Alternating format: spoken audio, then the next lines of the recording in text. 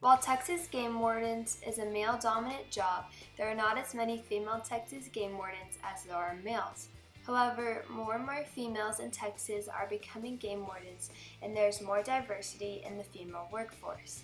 Before we go to the facts supporting female game wardens breaking barriers to increase their presence in the field, it is important to understand what a game warden is. Texas game wardens protect resources. They make sure everyone can enjoy resources safely by enforcing the law. They make sure everything is going like it should be in the air, land, and sea.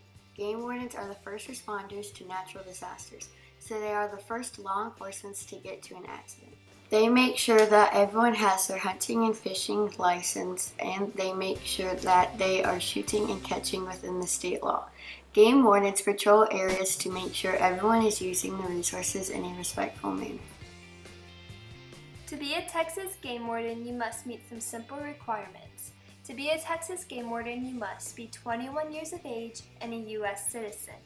You have to have a bachelor's degree from an accredited college or university in any field of study. You have to have a clean criminal record and motor vehicle record. You have to pass a background investigation, fingerprint check, psychological evaluation, medical exam by a licensed health professional, and physical fitness tests. You must be willing to work anywhere in Texas. After all these requirements are met, applications must be submitted to apply to the academy. The academy consists of training that is 7 months long. There are 1,600 people that apply yearly to become a game warden in Texas.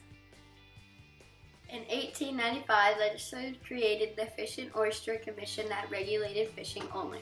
Through the course of the years, it evolved to what is known today as Texas Parks and Wildlife Department. It's interesting to call out that in 1946, the first Texas Game Warden Academy was held.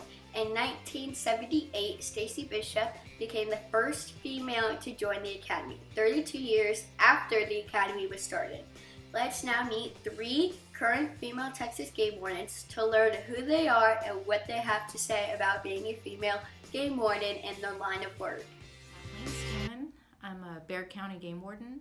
I started in 2000. Hi, my name is Joanne Garza Mayberry. I'm a Texas game warden. I started in 2004. I've been a game warden for 16 years in Caldwell County. Hi, my name is Weiwei Starts. I'm stationed here in Guadalupe County, and I started back in 2013 and started out in Tarrant County, which is the Fort Worth area, and I've been a game warden for a little over 6 years. During an interview with these game wardens, it was asked how their parents felt about them wanting to be a game warden. When their parents found out that they wanted to be a game warden, their parents wanted them to be happy about what they wanted to pursue. They were a little skeptical at first, but understanding, supportive, and excited. Some of their parents were prepared that they might be a game warden because they grew up hunting and fishing. In their training classes, the majority of students were male. The classes would start out around 30 students per class, and out of the 30 students were about 6 females. As the training went on, more and more people would drop out saying being a game warden just isn't their thing. At the end of the class, there would be about 2 females left that would end up being game wardens out of the 20 that passed. The males and females treated each other like brothers and sisters. The females were sometimes jealous of each other, but they were in it together, so they were never enemies toward each other. Males and females have the same training requirements. They have to complete each exercise as the males do at the same time and speed. Females do have a little edge over the males when it comes to certain upper body physical tests. They can choose to row instead of performing other upper body exercises.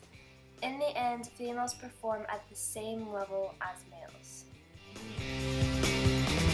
Hey, I can do that. They put themselves, if they see Weiwei on TV and they put themselves in her shoes, you know what she's doing? I can do that. And that's what we like to hear. We hear so much of it now that the show has given us, been put out there. Young women, older women, and they come up and they're not afraid to ask. And not just being a game warden, but also they've taken an interest in hunting, fishing, boating. You know what? I want to do that. I want to go try that. It's is starting to open a lot more than being, okay, I have to do this. I have to go and wash clothes, learn how to cook. They're beginning to understand that women can do pretty much anything now. Yeah, and if I could add on to that, I know growing up for me, you know, when we were on a boat, the man drove the boat, the man backed the trailer in, you know, and that's just how things were. When a deer was killed, the man cleaned the deer, you know, that's just how it was. But we do all those things, you know, so people see us backing a boat up at the boat ramp and cleaning a deer.